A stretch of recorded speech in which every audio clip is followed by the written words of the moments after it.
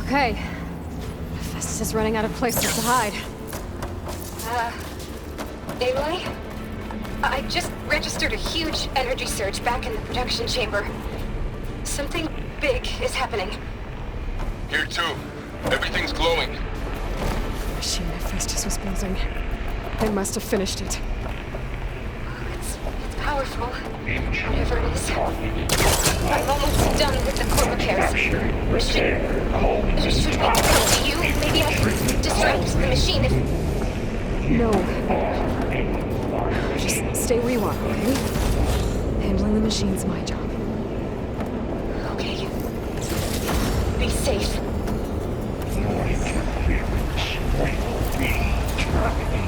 Deploying priority. I should scan it first. Those things on its legs are glowing. I think it's charging up.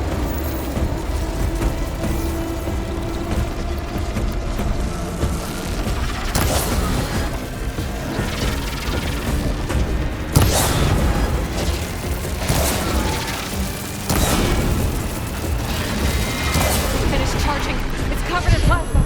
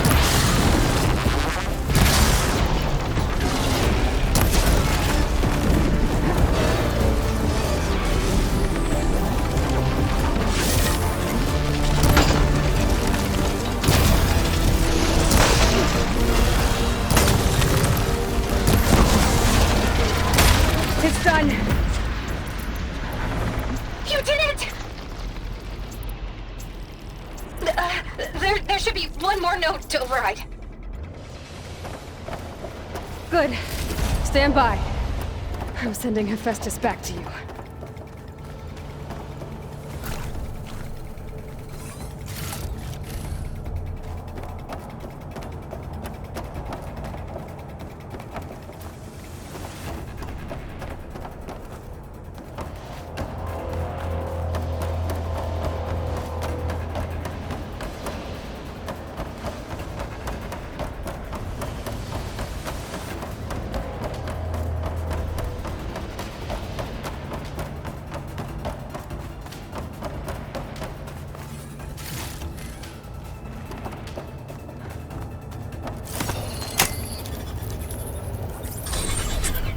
No more hiding, Hephaestus!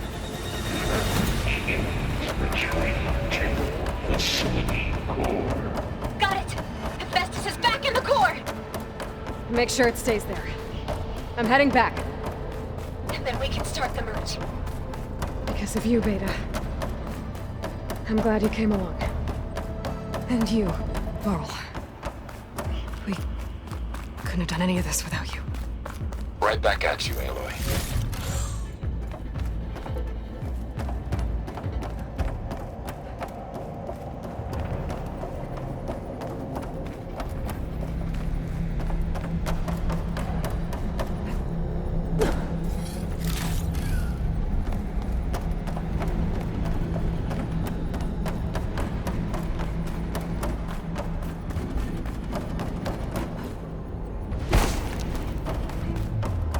Aloy, the bypass is done.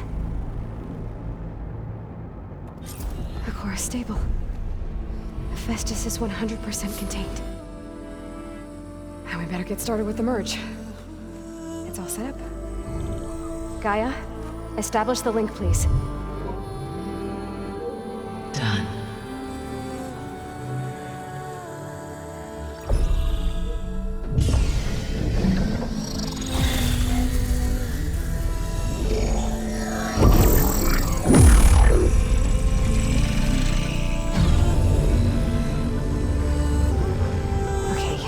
To complete the merge, we need to excise Hephaestus' malicious code. Carefully.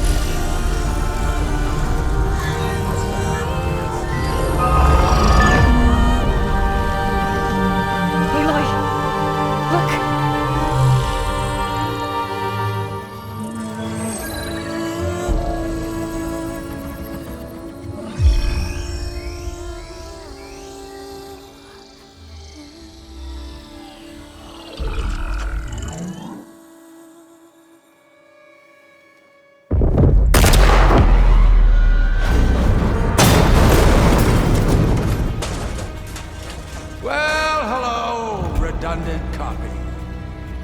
You cost us quite a lot of time.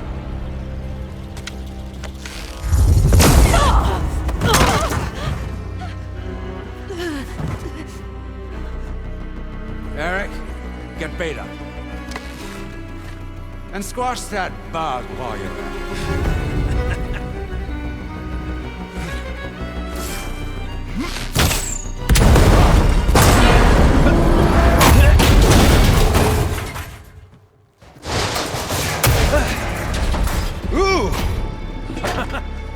Get behind me.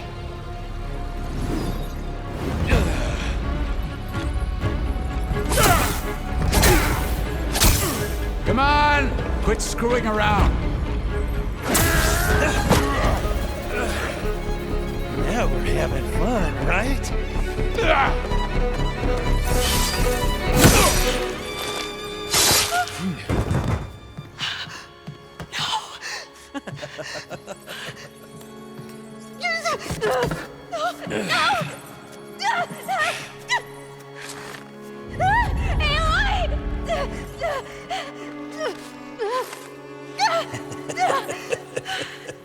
Finally. Tilda, get Gaia and Hephaestus ready for transport. Tilda! I failed. Hush.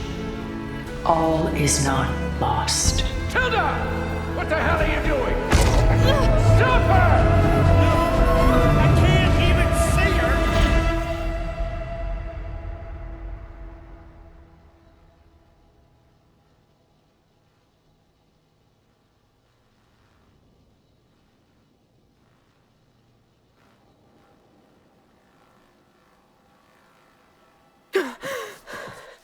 Beta.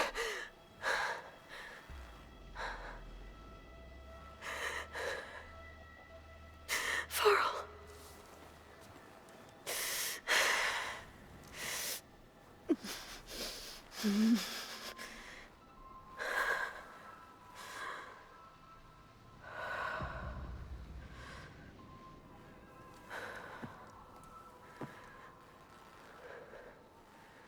Where am I?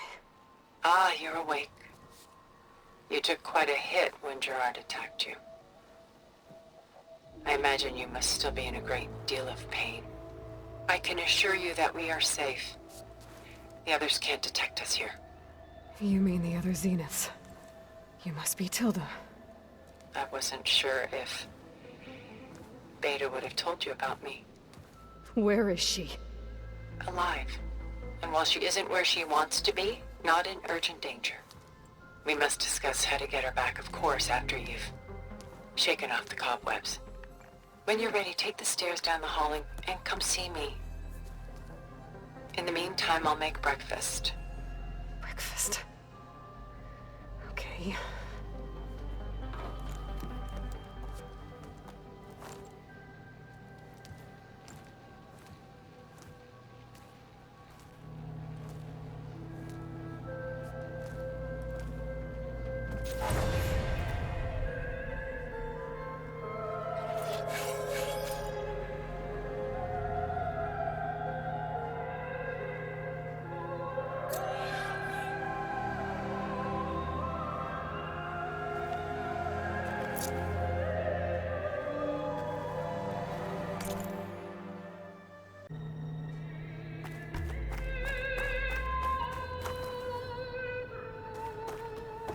What was all this for? Some kind of survival bunker?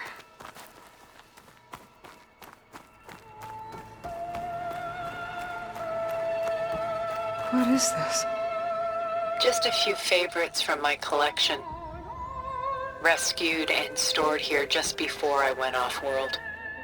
Take a look, if you like. I'm curious to hear your impressions. My friend is dead. Beta and Gaia are gone, and you want me to look at old paintings? Don't be so quick to dismiss the comfort we can find in art, or the insight we might gain.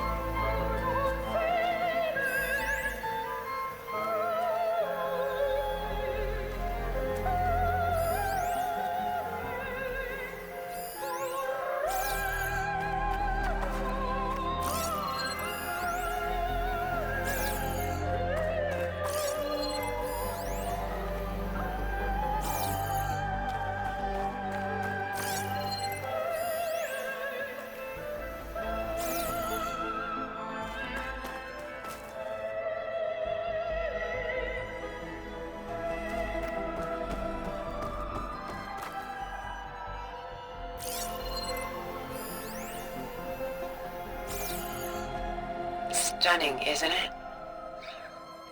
Paintings weren't the only masterpieces of my people's golden age. This is Von Vianen's leaded ewer, molded from a single sheet of silver. What was it for?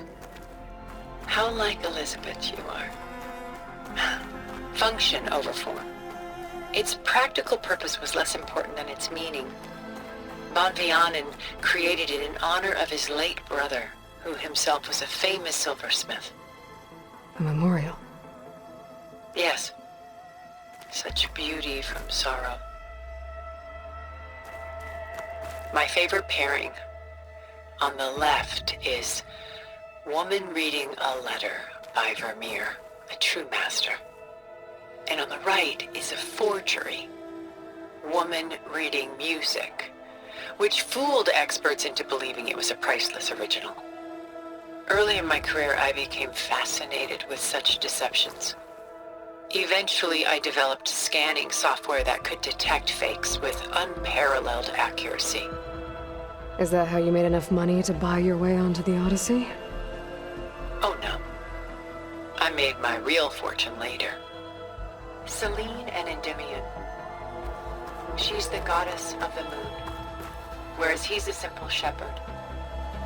Beside her is the god of love, Cupid. So she's sneaking up on him? More like visiting him in secret. The torch that Cupid bears represents Selene's undying infatuation with him. Though the two must remain apart, her love will forever burn. This is Rembrandt painting Jeremiah, a man in mourning. Mourning what? His home. The ancient city of Jerusalem. He foresaw its impending doom, but could do nothing to prevent it. So instead, he saved its treasures from destruction, just as I saved these works. You could say we're kindred spirits.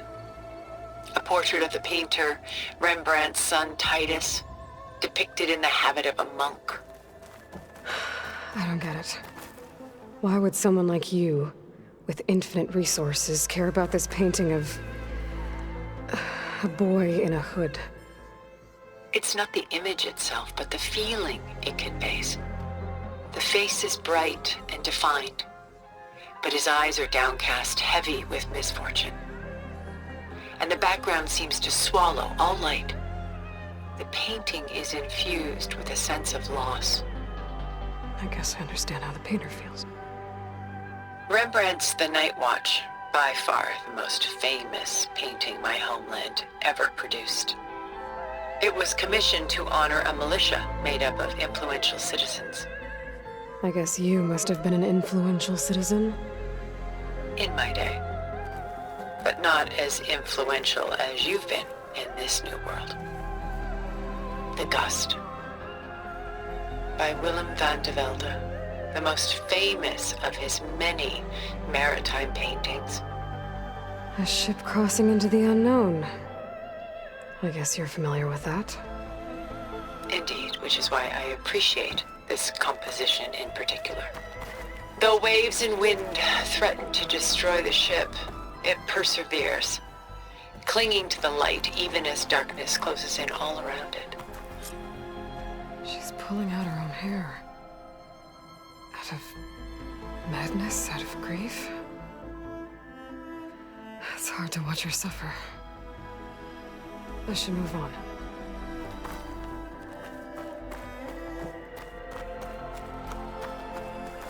A lot of weight on his shoulders. I know the feeling.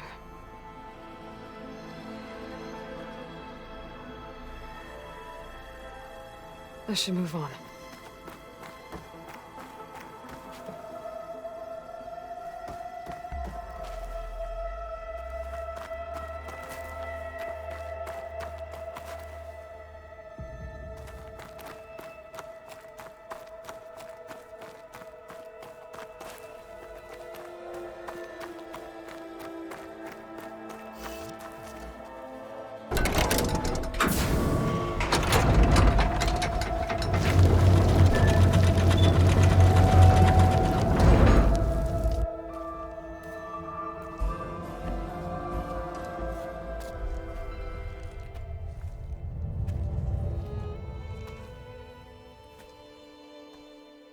There you are. Feeling better? How did you find us? At the cauldron? And what did you do to everyone right before I passed out? All business, I see. Well, suffice it to say we were keeping a very close eye on Hephaestus, knowing we would need it at some point. Your ruse didn't fool us, and as for my little trick, it was an overload of the senses, accompanied by an energy discharge. Gerard and Eric were only momentarily disoriented due to their shields, but it rendered you unconscious while I got you out. Perhaps some breakfast might steady you a bit?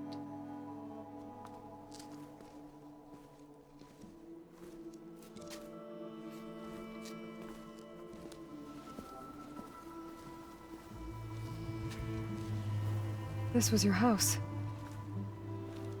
The one you recreated for Beta, in the data channel you shared. How perceptive of you. Please, this way. After everything your people have done, you think I'm just gonna sit down and have a chat with you? They're not my people. They never were, and especially not now. You shot off into space with them, and lived with them for 1,000 years before coming back. So what made you suddenly turn on them? Quite simply, this. My old focus. You repaired it? But that means you've seen Incredible things.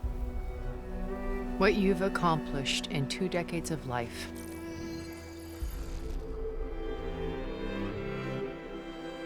A 1,000 years at my back and I haven't even come close.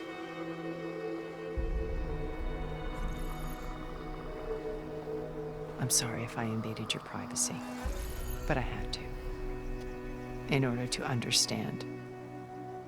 To be enlightened. You truly are Elizabeth's blood. With her drive, her sense of mission, her integrity. Watching all this shamed me for the company that I've kept. Having seen it, all I want is to help you. even if it means stopping your friends? Especially so. Please, sit down.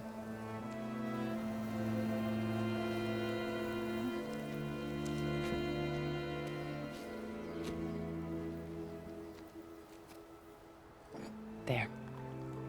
That's better. Now, we must recover Beta and Gaia at all costs. By now, you must know that Gerard intends to use Gaia to reboot the Earth's biosphere. Remaking this world to specifications that would only suit us immortals. This process will kill every living thing on the planet. He calls it a clean install. Not if I stop him first. Not if we do. And once he and the others are gone, we can work together to fulfill Elizabeth's dream. I'm sure Beta told you that there's a build of the Apollo database on board our ship. A complete collection of human knowledge.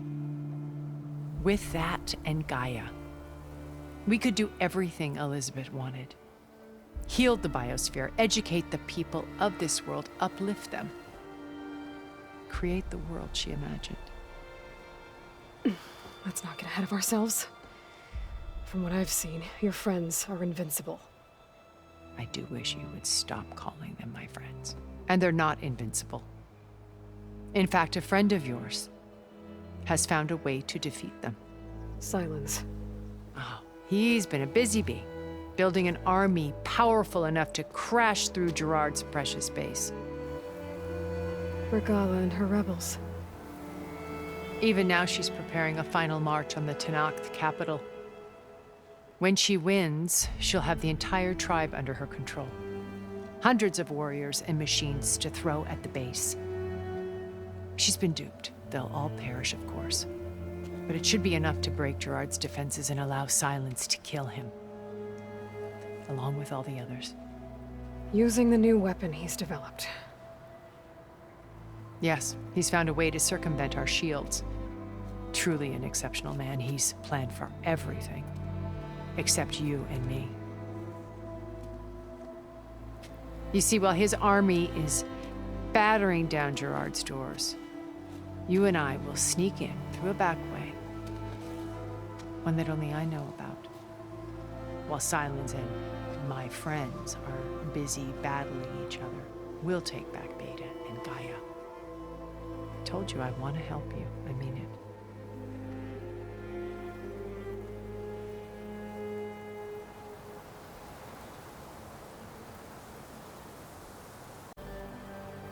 My old focus.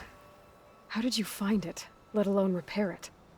When we encountered you at the Hades Proving Lab, Gerard saw you as a redundancy. I knew better. You were a revelation. After your dramatic escape, bravo, by the way. Gerard and Eric assumed you were dead and gave up the hunt. I wasn't so sure. When the others were busy, I returned to the lab and searched for any trace of you. That's when I found this little treasure. Not easy to repair, but certainly worth the effort. As I watched your life unfold, you were like a splash of color on a worn canvas. What Liz was, and more. Did you show it to the others? Of course not. It was your actions that inspired me to defy them. It's worth noting that if I hadn't found it and watched its contents, I wouldn't have known to save you at the cauldron. You'd be dead. So I should be grateful? If you like.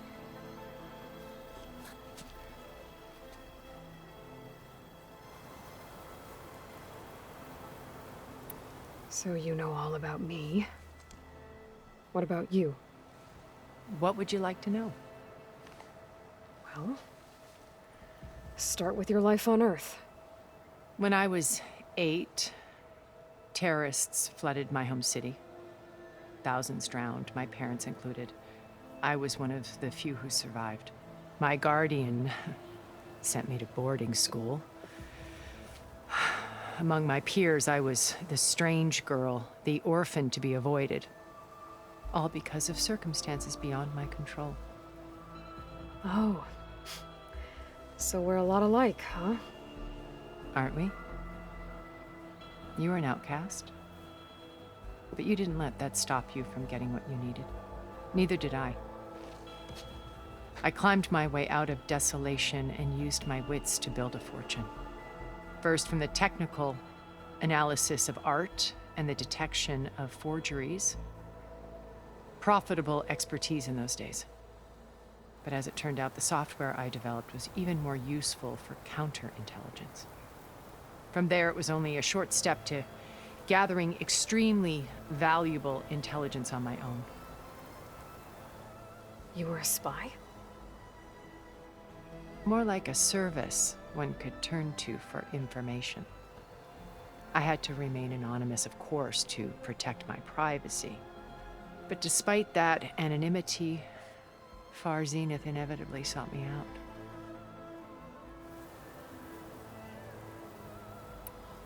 What happened when Far Zenith approached you? They painted an irresistible vision of humanity's future.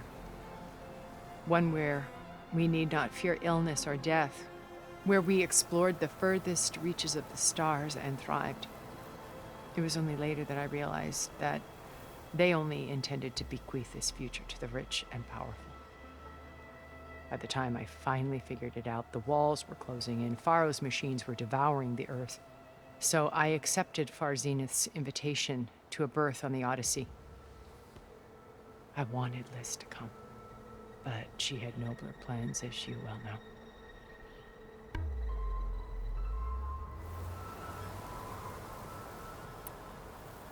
So you didn't know the other Zeniths were monsters until it was too late?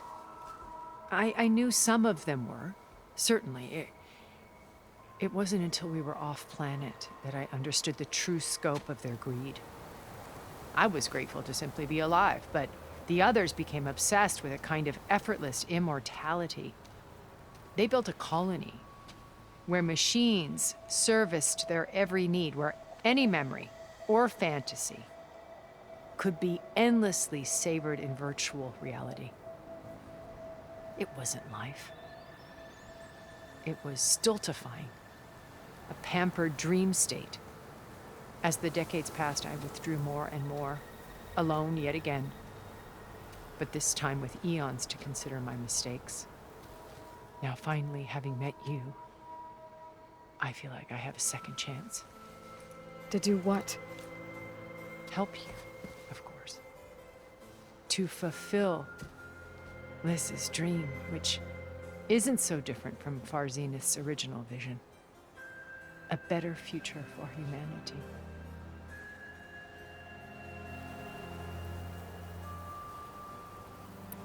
So you knew Elizabeth? What was she like? Liz was everything she was. I see in you. And more. Your ingenuity, your determination, your moral compass. You've managed to distill her greatest qualities and make them your own. I'm not asking about me. Tell me about Elizabeth. What was she really like? The honest answer is that I don't actually know. For all the time that I spent with her, she always kept a part of herself locked away. It was like that from the moment we met. So when you met Elizabeth, she was what? Distant? Aloof? Not aloof. Not exactly. It was a summit in Paris about machine learning, a touchy subject in those days, because regulatory authorities were just starting to clamp down on AIs. Liz gave the keynote address. She had already achieved great renown for her work in automated environmental reclamation. But in her address, she was just starting to imagine the next step. An AI-driven system that wouldn't just act on its programming, but actually take responsibility for its sphere of influence. To care about life. Not just follow orders. Revolutionary stuff. I was fascinated. And I wanted to meet her for a long time. I watched her after her talk. She had spoken with such moral authority, such empathy. But after that, she retreated. I could tell she felt uncomfortable with all of her admirers. It was as if giving the talk had cost her something. I didn't want to be a pest, so I planned my approach carefully. So how did you finally approach Elizabeth after her talk? I picked the right moment. The morning of the next day, right as she came back to the conference, she had just had her coffee. She was fresh, rested. It was like she had braced herself for the onslaught of colleagues. I asked if I could walk with her, then put forth a question about her talk that I thought was intelligent. Her answer made me realize it wasn't, but she was very welcoming. Almost as if we were previously acquainted. It was only halfway through the conversation that I realized she knew exactly who I was. It was quite a shock to me. My business was trafficking in secrets, and I took great pains to protect my anonymity. So that was Liz, perpetually one step ahead. I came to view our meeting as a metaphor for our friendship. She always seemed to know me far better than I knew her. I guess I know the feeling.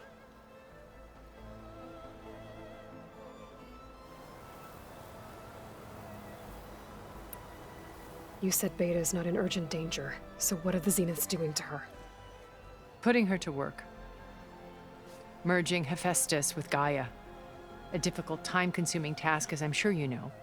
They will compel her if need be. But her life is not in danger. She's the only one who can do it.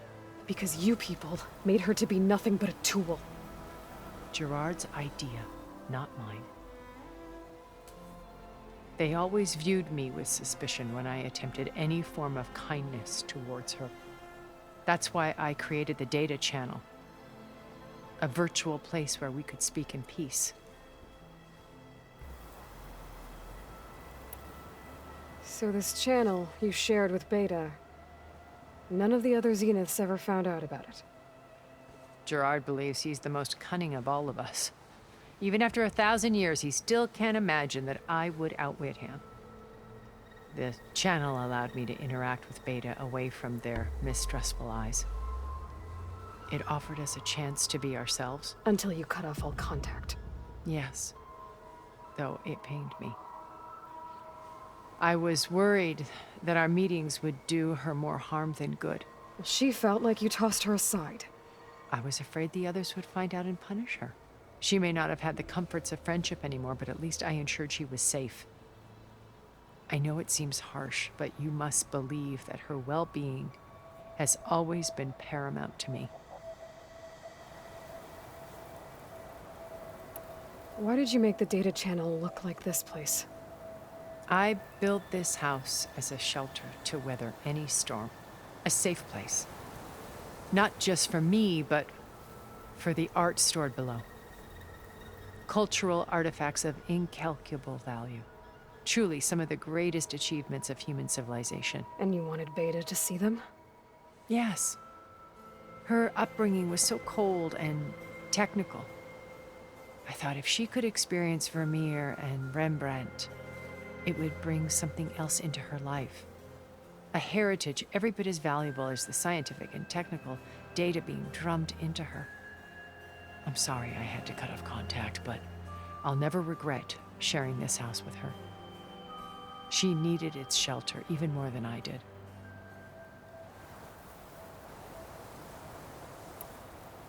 Once we're inside the base, where will we find Beta and Gaia? Here in the command center. By then, Gaia will have been reunited with all of its subordinate functions, including Hephaestus. What about the alpha build of Apollo on your ship? A simple matter of recovery once the others have been dealt with. With that in hand, we'll have everything we need to make this world as it should be.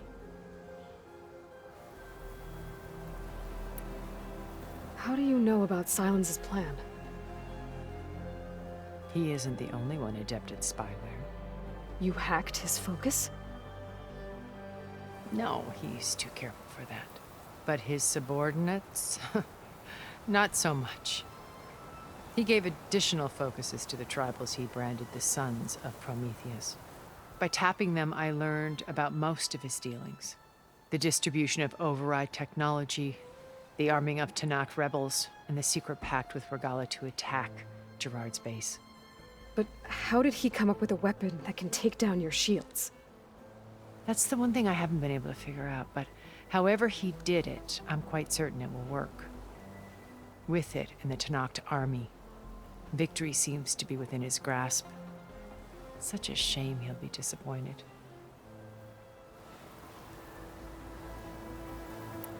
Regala's only interested in killing Hekarro and waging war on the Karja.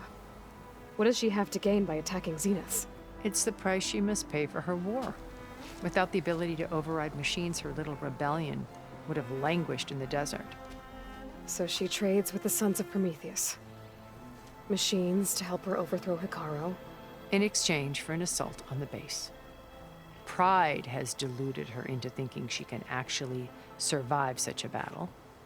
And all without ever knowing who the Sons of Prometheus really answer to. Yet for all of Silence's brilliance, still he underestimates you. That blind spot is what will allow us to take Beta and Gaia right out from under him. While hundreds of Tanakh are cut down outside.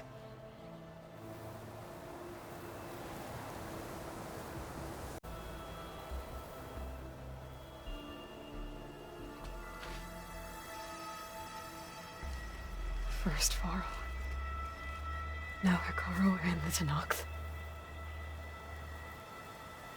Your plan would wipe out an entire tribe. There has to be another way. We are in an admittedly desperate situation, but I assure you there isn't. Remember Zero Dawn. Elizabeth's sacrifice. Sometimes many have to die for a new world to grow. If it looks impossible, look deeper.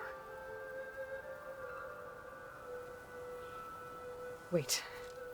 The data channel. It still exists, doesn't it? I need you to open it. Let me talk to Beta. Impossible. We might be detected. It's worth the risk. There is another way, one where the Tanakh survive. But we won't.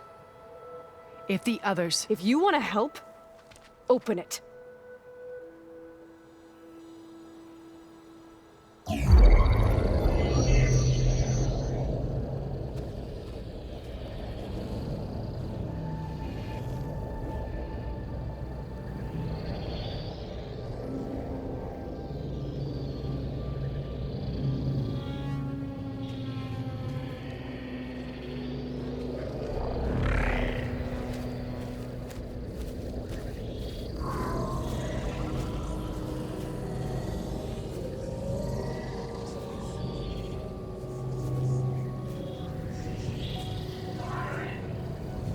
What are they doing to her?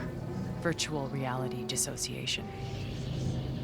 The manual merge of Hephaestus will take hours upon hours of tedious micromanagement. If she resists the work, they run simulations to induce feelings of isolation and despair. Beta, can you hear me?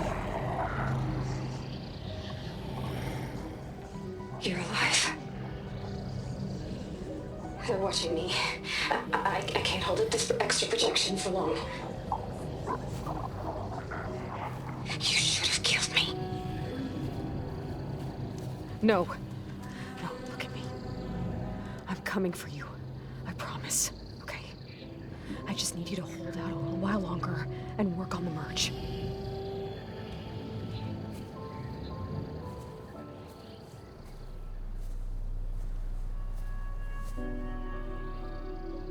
Then I think it can be done.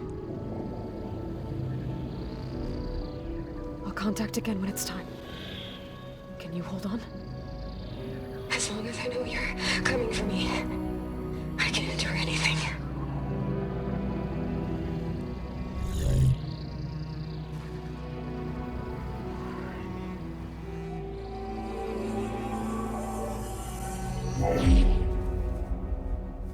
All right. I did as you asked. Now I think you need to tell me what you're planning. I'm going to take Silent's army away. I don't need it. Only the weapon he made to penetrate your shields. And how do you propose to get it? Ask him nicely? Without Regala and her rebels, he won't have a choice. We'll be his only option. Only option for what? What did you tell her? That is between me and my sister. We'll be Silent's only option for crashing that base. I'll tell you the rest later. But first, there are a couple of things I have to do. Oh. And what are those? Lay my friend to rest. And then I'm going to use the override that Beta gave me at Gemini to put an end to Regala's rebellion. From the air. Wait. Since you insist on doing things your way, I know of something that will truly help you make a grand entrance with the Tenakth. The ancient Horus Titans still possess electromagnetic energy cells as part of their arsenal. Drop one of those on Regala's army and they'll receive quite a surprise.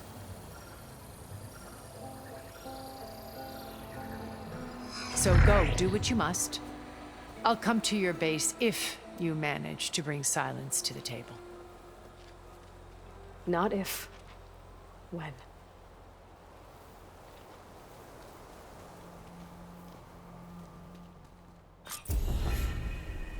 Erend, are you there? Aloy! Aloy, is that really you? Yeah, it's me. Where's everyone else? We're all... We're back at base. What happened? It might be easier to explain in person. I'll try to join you there when I can. Okay.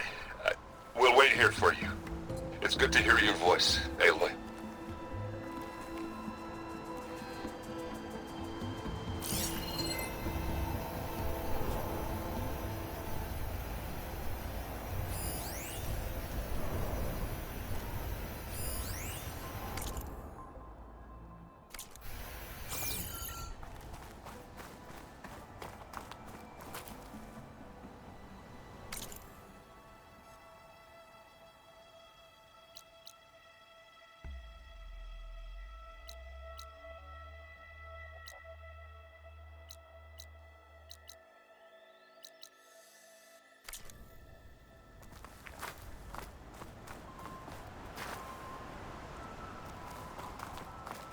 Just to let you know, I'm now patched into your focus network. Great. I take it the other Zeniths can't hear us? Of course not. And they don't know about your base either, in case you were wondering. I've sent you data on the Horus energy cells you can use against Regala's forces. Reach out to me when you're ready to acquire one. Understood.